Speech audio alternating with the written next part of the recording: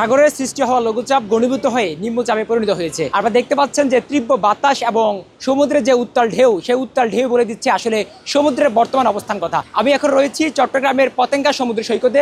আমার পিছনে আপনারা দেখতে পাচ্ছেন যে এই সমুদ্র সৈকতে যেভাবে আবহাওয়া অধিদপ্তরের পক্ষ থেকে ৩ নম্বর বিপদ সংকেত দেখানো হয়েছে এবং এই বিপদ সংকেতকে তার বাস্তব রূপ আপনারা দেখতে পাচ্ছেন। এখন সমুদ্রে কিন্তু উত্তাল, এই উত্তাল ঢেউ যে ঢেউগুলো আসছে তার ঢেউগুলোর যে দৈর্ঘ্য যদি আমরা বলি মিনিমাম 4 থেকে 5 ইঞ্চি দৈর্ঘ্য হবে। আমরা যদি আপনাদেরকে একটু জানিয়ে রাখি যে সমুদ্রে যেই লঘুচাপ সৃষ্টি হয়েছে সেটি এখন ধাপে ধাপে কেন্দ্রীভূত হয়ে নিম্নচাপে পরিণত হয়েছে এবং বর্তমানে এটি উপকূল এলাকা থেকে প্রায় 230 কিলোমিটার দূরে অবস্থান করছে। আবেগের বলা আর কি সমুদ্র সৈকতে 3 নম্বর যখন সতর্ক সংকেত চলে আসলে তখন আমরা কিন্তু উত্তাল যে ঢেউটা সেটা কিন্তু পতেঙ্গা আসলে কিন্তু দেখা যায়। এই আবহাওয়ার মধ্যে একটু সমুদ্র সৈকতটা দেখে আসি। 3 নম্বর স্থানীয় সংকেত যখন বলা হয়েছে হয়তো বা সাগরটা উত্তাল থাকবে। আসলে এসে কিন্তু আমি পতেঙ্গা যে সমুদ্র সৈকতটি রয়েছে সেখানে কিন্তু আমি দেখতে পাচ্ছিলাম আসলে কি সুন্দর একটি আবহাওয়ার মধ্যে উত্তাল ঢেউ। এটা আসলে দেখে মনের মধ্যে একটা শান্তি লাগতেছে, যার কারণে দেখতে আসা।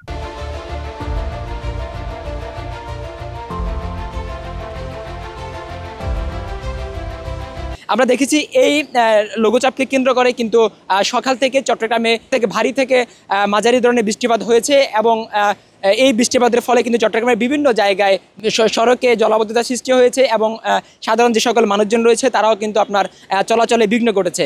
আমরা দেখেছি যে সকাল থেকে শুধুমাত্র এই চট্টগ্রামের যে সড়কগুলো রয়েছে সেই সড়কগুলো যেভাবে জলাবদ্ধতা সৃষ্টি হয়েছে এর পাশাপাশি ভারী বৃষ্টিপাত দেখেছি। এখন বর্তমানে যদি আপনাকে জানিয়ে রাখি যে পতেঙ্গা সমুদ্র সৈকতের যেই বর্তমানে যে আপনার নিম্নচাপ সৃষ্টি হয়েছে সেই নিম্নচাপকে কিন্তু উপভোগ করার জন্য বিভিন্ন ধরনের পর্যটন যারা রয়েছে, যারা ভ্রমণ পিপাসু মানুষ রয়েছে তারা কিন্তু ইতিমধ্যেই এই এলাকায় রয়েছেন। যদি একটু জানিয়ে রাখি যে এখানে যে সকল সাধারণ মানুষ রয়েছে তাদের সাথে আমরা কথা বলেছি যে আসলে এই নিম্নচাপকে কেন্দ্র করে আসলে একাধারে যেভাবে আপনার মানুষের মধ্যে ভয়ভীতি কাজ করার কথা তার ব্যতিক্রম হিসেবে দেখেছি আমরা পর্যটন পিপাসুরা অর্থাৎ যারা সমুদ্রে যারা পছন্দ করে ওই সমস্ত মানুষ কিন্তু এখানে এসেছে এবং তারা এই যে ঘূর্ণিঝড় সেই ঘূর্ণিঝড়কে তারা কিন্তু উপভোগ করছে। আমরা যেমনটা দেখেছি যে এই সাধারণত চট্টগ্রাম আবহাওয়া অফিস থেকে যেভাবে বলা হয়েছে যে 3 নম্বর বিপদ সংকেত এবং সেই বিপদ সংকেতকে কেন্দ্র করে সমুদ্রে বন্দরে যে সকল লাইটার জাহাজগুলো রয়েছে সেই জাহাজগুলো কিন্তু আপনার স্ব নিরাপত্তা স্থলে তাদেরকে নিয়ে আসা হয়েছে এবং এছাড়াও কিন্তু সমুদ্র পাড়ে যে সকল মানুষজন রয়েছে তাদেরকে কিন্তু আপনার সতর্কে অবস্থানে থাকার জন্য বলা হয়েছে।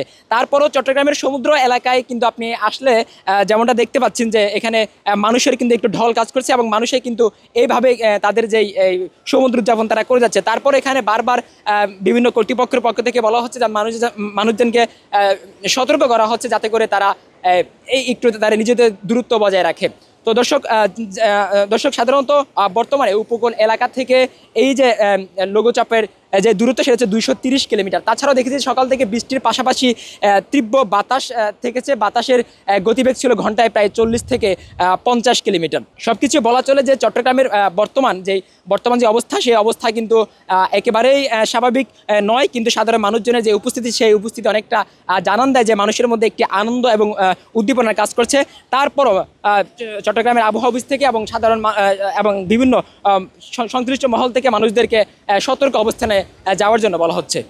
দর্শক, চট্টগ্রামের সমুদ্র সৈকত থেকে এই ছিল আবহাওয়ার সর্বশেষ সংবাদ।